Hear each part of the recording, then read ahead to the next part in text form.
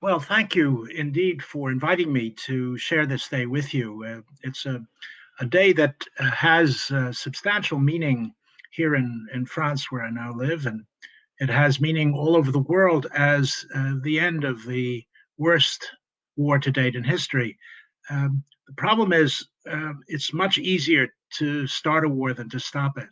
And one of the things that my colleagues and I have spent a lot of time in doing over the last few years is to point out that what we celebrate, rightly so, on the 11th of November is the return home of millions of men who fought in the War of 1914-18. The problem is that their return home after the armistice of the 11th of November 1918 was only part of the story.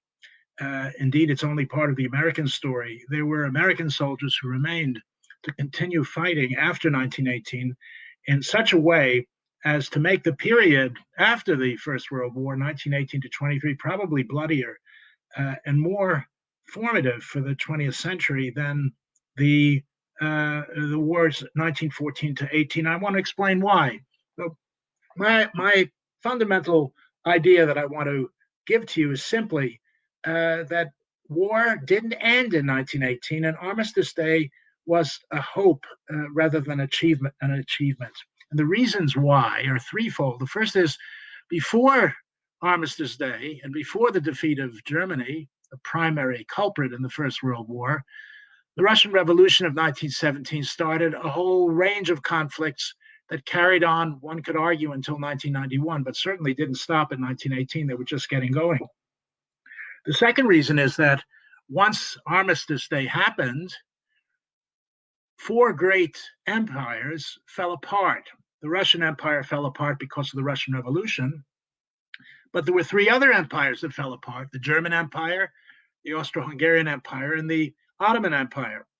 And the states that succeeded, that followed the collapse of these empires, were hardly states to speak of. They didn't have legal systems, they didn't have armies, and above all, they didn't have working economies. And what we need, we all know that in order for there to be stable democracies, there have to be stable economies. And from 1917, before the First World War ended, until 1923, the world economy went through one of its worst downturns in such a way as to imperil the peace that everyone rightly celebrates today. So what I want to suggest is that the 11th of November is more a dream than a reality. It was hoping that war would end rather than achieving the end of war. And what made it so dangerous and so difficult for the rest of the 20th century is that failure for the war to end changed the character of war itself. By that I mean between 1914 and 18, mostly, there are exceptions, war was fought between armies, military agents of states or empires.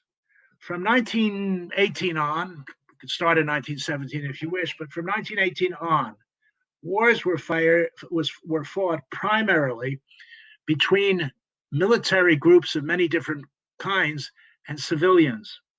This is what I call the civilianization of war. The civilianization of war is a mutant form of war which has dominated the 20th century. In the First World War, perhaps 11 million men died in combat, which is a staggering figure. The number doubled in the Second World War, but that didn't tell more than half of the story. Perhaps 50 million people died in the Second World War, most of them civilians. And of course, that also meant most of those who died in the Second World War were women. So the First World War is the last 19th century war where armies fought with each other until there was, as it were, an agreement on one of the parties or another to go to the peace conference and to declare the war over. That happened. The peace was signed on the 28th of June, 1919, but the war didn't end. And largely the reason for that is the Russian Revolution, which in 1917 created a whole set of conflicts that lasted throughout the 20th century. So if the First World War, if you will, World War I lasted from 1914 to 1918, The war that followed it, it can have many different names. You can call it the Second Great War if you want, or the post-war war, created the world that lasted throughout the 20th century. And it was a much more violent world than the powers knew that engaged in 1914 to 18. Let me try to show you all of the chaos that followed war in order to make my point that what happened after Armistice Day was anything but peace. If I could see the first slide, please. It's a slide that'll show you something that looks like the Alps on the right and maybe a little bit of the foothills, or if you will, the Rockies on the right and some of the foothills on the left. Already in 1917, most of the countries that fought in the war were hungry. Most of them. The United States was lucky in not having gotten into the war until 1917, but those who got in 1914 were not only unable to secure victory until 1918, but started running out of food. And when they started running out of food, populations, not only in the home front, but also in the front, wanted to know why they were fighting at all.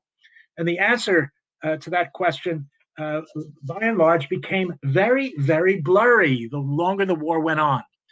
If the rich still had some food, the poor certainly didn't. The next slide, please.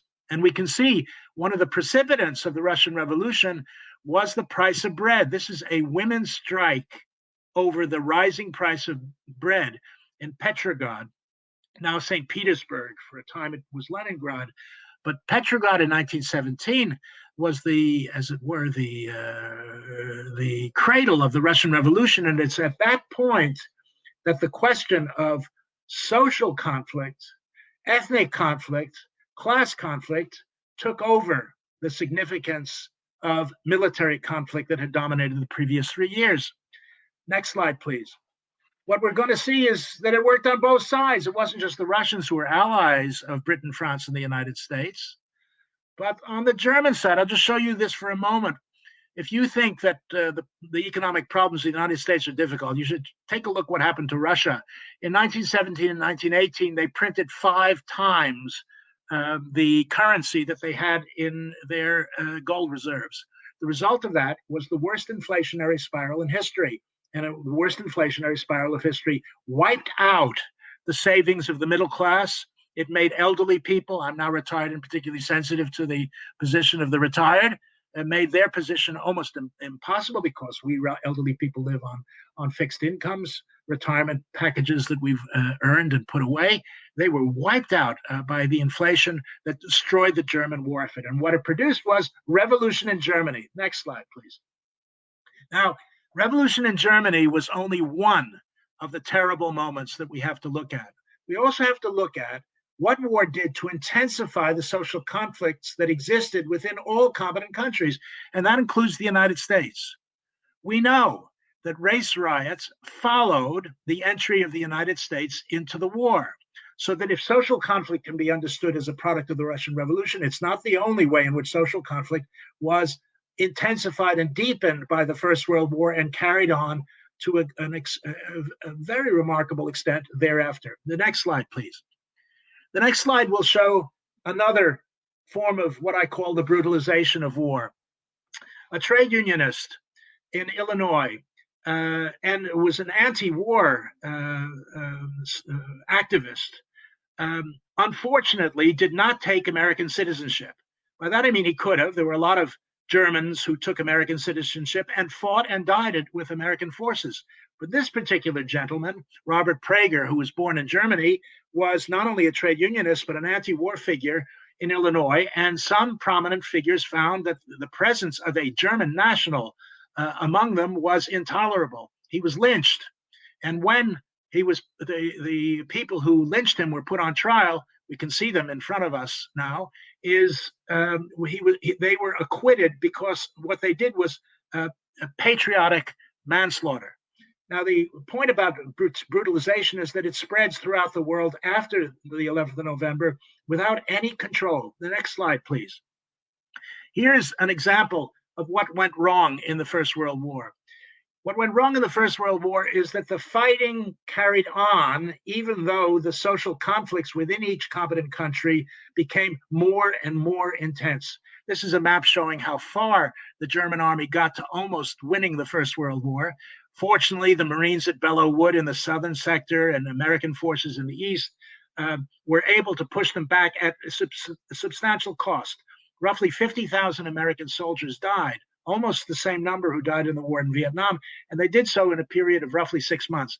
The fighting of American troops in the First World War was very, very difficult, and the reason was the German army was the finest force in the world. So that defeat created the impossible situation for the German Empire. A country can't sustain its legitimacy as a regime if it doesn't bring victory and it doesn't provide food. And Germany in 1918 didn't provide either of them. Next slide, please. Here is a bread line in Berlin in the middle of 1918. And by the time the German army realized that they couldn't win the war, their populations at home didn't have enough to eat. Those two things, military failure and the lack of food supply, inevitably led to the armistice of 11th of November 1918. The problem was, though, that the German army wasn't defeated fully. It was still in the field when it accepted the armistice. It occupied half of Belgium and a few provinces of France. So they marched back and enabled the German high command to create one of the biggest lies in history, which is that the German army wasn't defeated. It was defeated in the field. And the lie was that the German army was stabbed in the back by revolutionaries and subversives like Jews at home. That stab in the back legend was a complete lie. The German army was defeated, and largely because of American strength, in 1918. Next slide, please.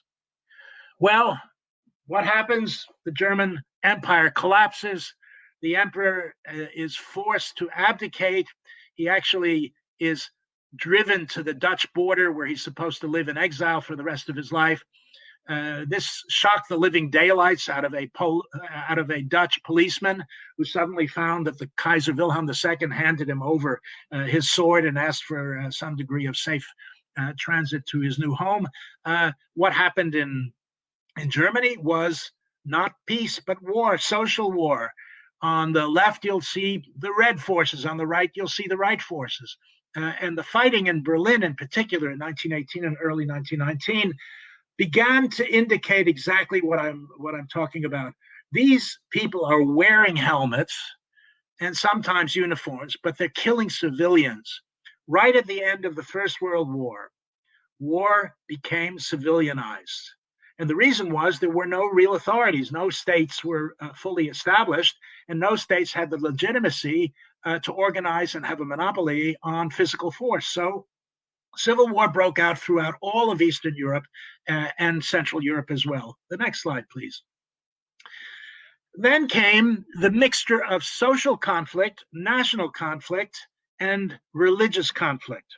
During the First World War, there was very little in the way of anti-Semitic violence in Germany, in France, in Britain. Every country had anti-Semitic traditions, but the Jewish populations joined up just as much as the non-Jewish populations in fighting for their country. As soon as the war ended, anti-Semitic violence became endemic, and later, in Germany in particular, it became epidemic and lethal. And the reason, by and large, why this was the case is that the right-wing parties in Germany and elsewhere created a new monster, and it was a completely imaginary one. But monsters don't have to be real to be frightening. We all know that from our grandchildren and perhaps from our own childhoods. This monster was called Judeo-Bolshevism. The idea was that the Bolsheviks, who were communists, were working in cahoots with the elders of Zion. Now, this idea that there was a Jewish conspiracy to put the Bolsheviks in power is something that makes no sense whatsoever. Yes, there were a substantial number of Jews who were in the Bolshevik party, but Stalin took care of that later. It wasn't anything that worried him. He was prepared to murder Jews as much as he was prepared to murder non-Jews. He was an equal opportunity murderer of the highest order in the 20th century. But right after the outbreak of peace in 1918, this is the 22nd of November, 1918, we can see a picture here, and then we can see the next slide for what happened the next morning. That's all that's left of a Hasidic family in Galicia, in the east of Poland, which is now the city of Lvov in Ukraine. So in the areas in Central Europe, which were as it were, the center of Jewish population, a substantial number, maybe 6 to 10 million Jewish people, were living in failed states, in failed empires and failed states. And it's this moment in 1918 that gave the Nazis their very first scent of how to achieve power. It is to claim that there is a Bolshevik Jewish conspiracy that had destroyed the German war effort and that would require very substantial revenge in order to reverse their hold over not only Germany, but of Russia and the rest of Eastern Europe. This is complete nonsense. There is no truth in it. But the lie worked. The lie succeeded. Now, it wasn't the only lie going around. There were many other lies. And let's take a look at several more. I'll show you the next slide. If you can imagine that it's only the Poles or the Russians or the Ukrainians, the people who wound up in the Cold War on the eastern side.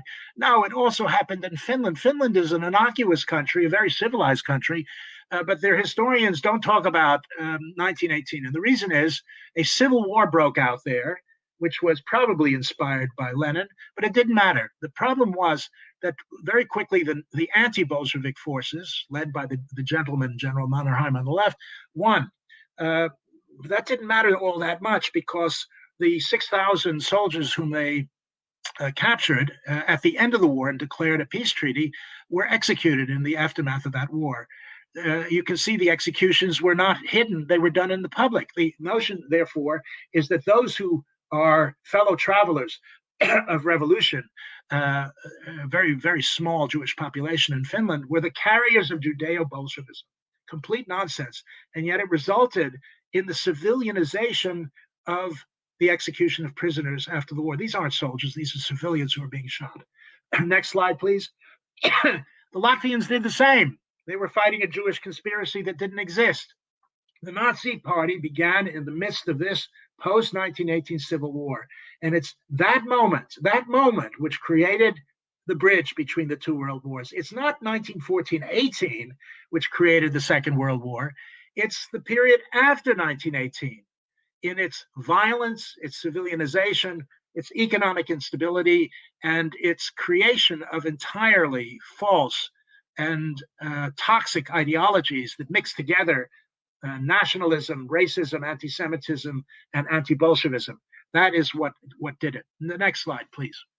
Well, the outcome of this was a Russian civil war, which produced a stalemate.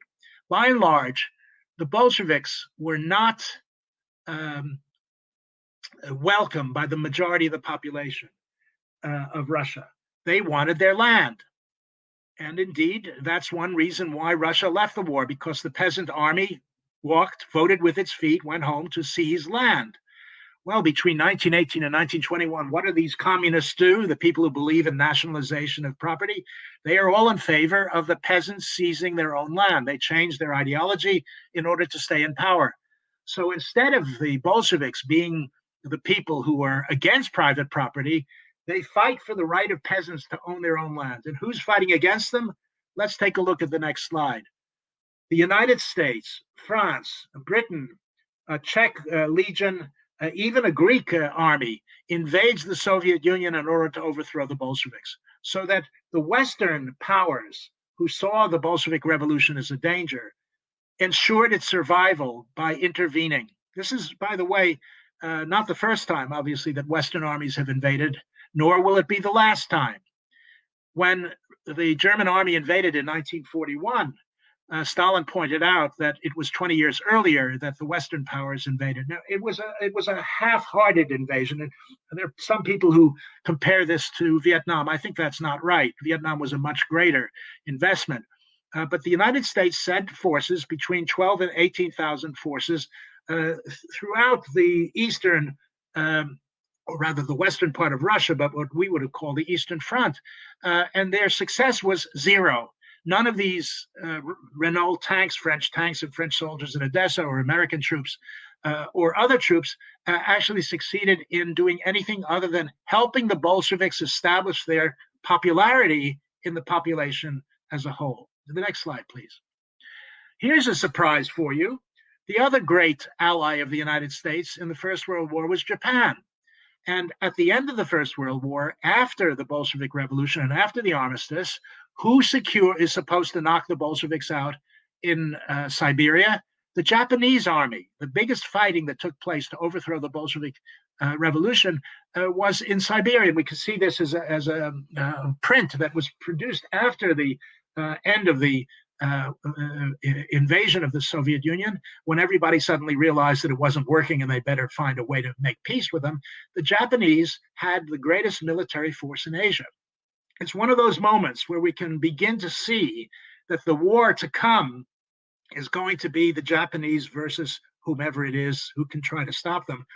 Unfortunately, Japanese power was given a full green light to take whatever it wanted in Siberia in 1919. Next slide, please. Well, the result of the fighting was, as you can imagine, brutality, atrocities, murderousness on both sides. And indeed, if you want to get a sense of the complete chaos of the period 1918 to 1922, all you have to do is to read the novel or see the film Dr. Zhivago. Pasternak showed us what civil war is, and I'm not so sure that anyone could ever distinguish between the victims of the armies, the Red armies on the right and the White armies on the left. What it produced, though, was a death toll at least as high as that of the war of 1914, 1918. Next slide, please. And atrocities produced famine. Famine in Russia, though, was a moment in 1921 which I want to stop and pause for just a moment or two, because it produced something which gives us, I think, a degree of hope in this dark story. The inhumanity of war produced the humanity of the first foreign aid package in world history.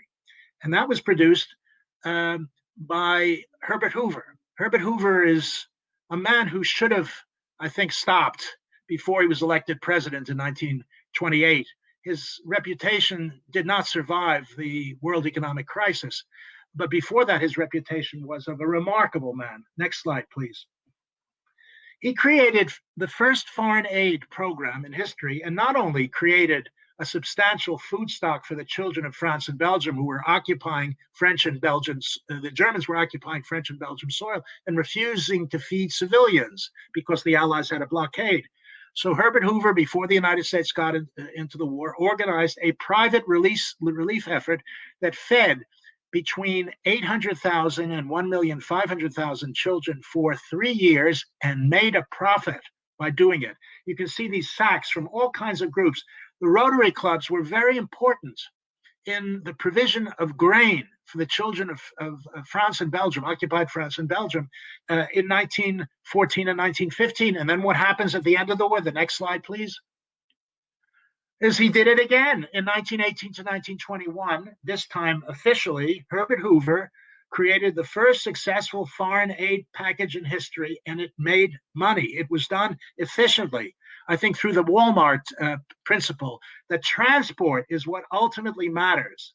You can develop supply, but if you have not adequate transport and communications to make sure that that transport works, you'll never get it across. And take a look at, I think, the best example I have of transport working in the next slide, which is a Camel brigade, a Camel column that's going through the Volga region in the middle of Russia to feed the children of Russia in 1921, when the Bolshevik regime is tottering. Now, the important point about this is that it established, I think, a fundamental issue that the inhumane, which is the story of these years, was not the only story. But it, unfortunately, the inhumane was the dominant one. And that's the point, unfortunately, I have to end on. Next slide, please. The next slide shows something that's going on today. We should all know, I'm sure, that there's a war going on in Syria. As I speak, there are people who are under threat or perhaps being killed in that war. Well, that war is an inheritor of what happened in the years after the armistice. And what happened was a terrible idea on the part of the victorious allies. The Ottoman Empire was defeated, but the terrible idea was the invasion by Britain, France, Italy, and Greece of Anatolia, that is to say, of the land areas of Asiatic Turkey, and the overthrow first of the Sultan and then of a Republican regime under a new man, Mustafa Kemal Ataturk. And the invasion of Turkey was a catastrophe because all of the Allied forces, very much like those in Russia, succeeded in only enraging the nationalists whose land they were taking. And that produced one of the worst atrocities of the 20th century. Next slide, please, which was the destruction of the city called Smyrna. Smyrna is now called Izmir. It's on the west coast of Turkey, but it was a city burned to the ground by a Turkish army whose purpose it was to assert the sovereignty of Turkey right in the areas near the refugee camps today. Now, in the areas we can still see there are refugees coming from Syria in the same ways that were refugees coming from the fighting in Turkey. Today, we can talk about 100 years later, the civilianization of war is still going on. So my conclusion is very simple. The business of remembering war on this day, on the 11th of November, is very important. And we must honor those who have the courage to fight for their countries. The question of commemoration is more difficult. The honoring of those who fight is, I think, something that all human beings who have a soul believe in. The question of remembering war is, how do we honor those who fight in war without honoring war itself? And the problem is that war is a mutant virus. I would say it's a bigger killer than COVID. There may be, so I read today, it's possible that one of the great drug companies now has a vaccine that we can all get a shot. Wouldn't it be nice if someone could develop a vaccine against war or against the people who make war possible or necessary? That's unlikely to happen in the future.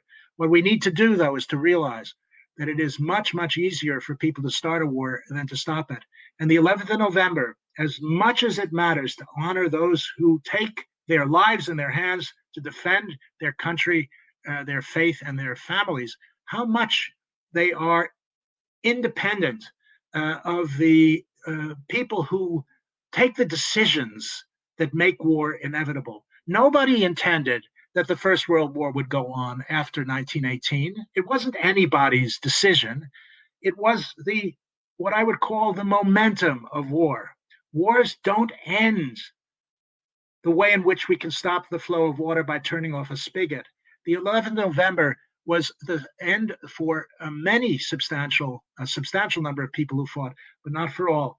And the legacies of the war after the war is, unfortunately, those legacies are still visible to us today. We must thank those who fought that war, but the greatest gratitude will be those who make it possible for us to avoid wars in the future. Thank you very much.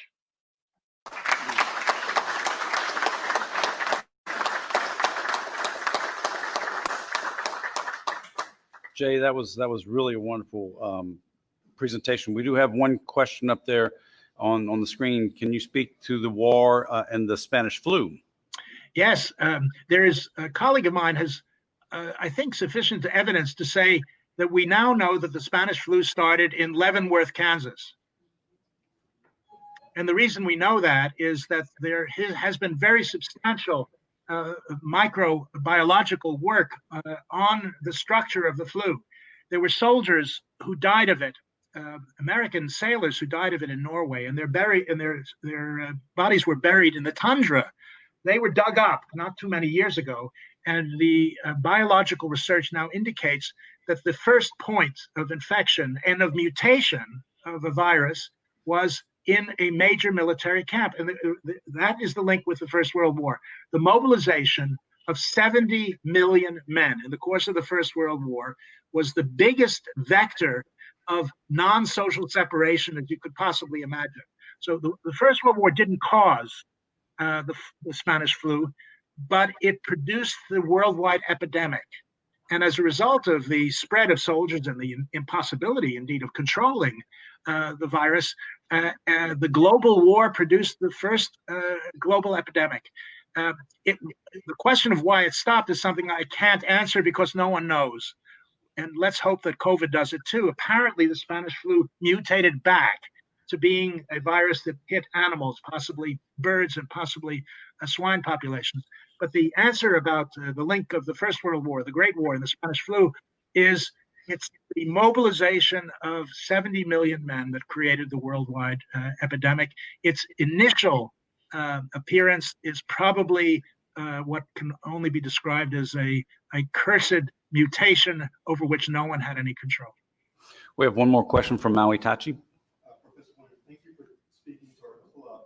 Could you quickly speak about how the end of the war, the division of the colonies in Africa played a role in the ongoing stalemate? Yes, I'd be happy to say that. Had I an additional 30 minutes, I would be happy to tell you something else that went wrong in 1918, 1919. What went wrong in 1918-19 was the beginning of the anti-colonial movement. The huge thrust towards decolonization began in 1919. And the reason it did is because Woodrow Wilson's promise of self-determination was for white men only. So those non-white members of the peace conference realized, including the Japanese, by the way, who were insulted by it, realized that they weren't supposed to have the same rights as those in Central Europe, like the Polish population. That's what Woodrow Wilson meant. The Hungarians, the Austrians, the Czechs, the Poles, they had to have self-determination. So when people who fought for victory in 1914-18 suddenly saw that if their skin was not white, this was the beginning. This was the beginning. So the best way to talk about 1918-19 it's the high point of imperial power and the beginning of the end of imperial power. Professor Winter, thank you very much for your presentation today. You're welcome. Thank you for inviting me. And everyone remember to mask up and stay safe. Meeting adjourned.